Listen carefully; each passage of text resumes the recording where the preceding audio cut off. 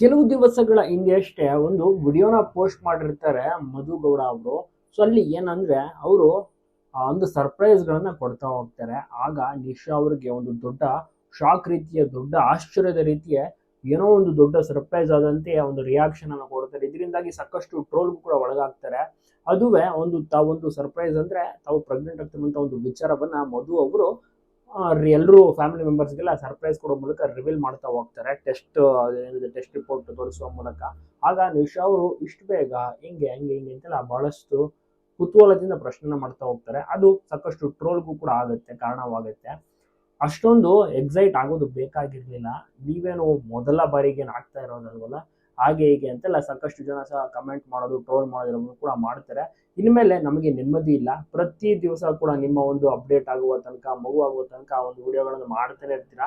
ನಮಗೆ ನೋಡಿ ನೋಡಿ ಕಷ್ಟ ಆಗೋದು, ಹಾಗೆ ಹೇಗೆ ಅಂತ ಸಾಕಷ್ಟು ಜನ ಕಮೆಂಟ್ಗಳನ್ನು ಕೂಡ ಮಾಡ್ತಾ ಹೋಗ್ತಾರೆ. ಒಟ್ಟಾರೆ ಮಧು ಅವರು ಇನ್ಮೇಲೆ ವಿಡಿಯೋಸ್ಗಳನ್ನ ಜಾಸ್ತಿ ಮಾಡ್ತಾ ಹೋಗ್ತಾರೆ. ಎಲ್ಲ ವಿಚಾರವಾಗಿಯೂ ಕೂಡ ಸೀಮಂತ ಇಂದ ಹಿಡಿದು, ಮಗು ಬೆಳವಣಿಗೆಯಿಂದ ಹಿಡಿದು, ಸ್ಕ್ಯಾನಿಂಗ್ ರಿಪೋರ್ಟ್ ಇಂದ ಹಿಡಿದು, ಟೆಸ್ಟ್ ರಿಪೋರ್ಟ್ ಇಂದ ಹಿಡಿದು ಎಲ್ಲ ರೀತಿಯ ವಿಡಿಯೋಸ್ಗಳನ್ನ ಮಾಡ್ತಾ ಹೋಗ್ತಾರೆ. ಸೊ ಅದನ್ನ ಜನರು ಕೂಡ ನೋಡ್ಬೋದು. ಕೆಲವೊಂದಿಷ್ಟು ಜನ ಇಗ್ನೋರ್ ಮಾಡ್ತಾರೆ, ಕೆಲವೊಂದಿಷ್ಟು ಜನ ಇಷ್ಟಪಡ್ತಾರೆ.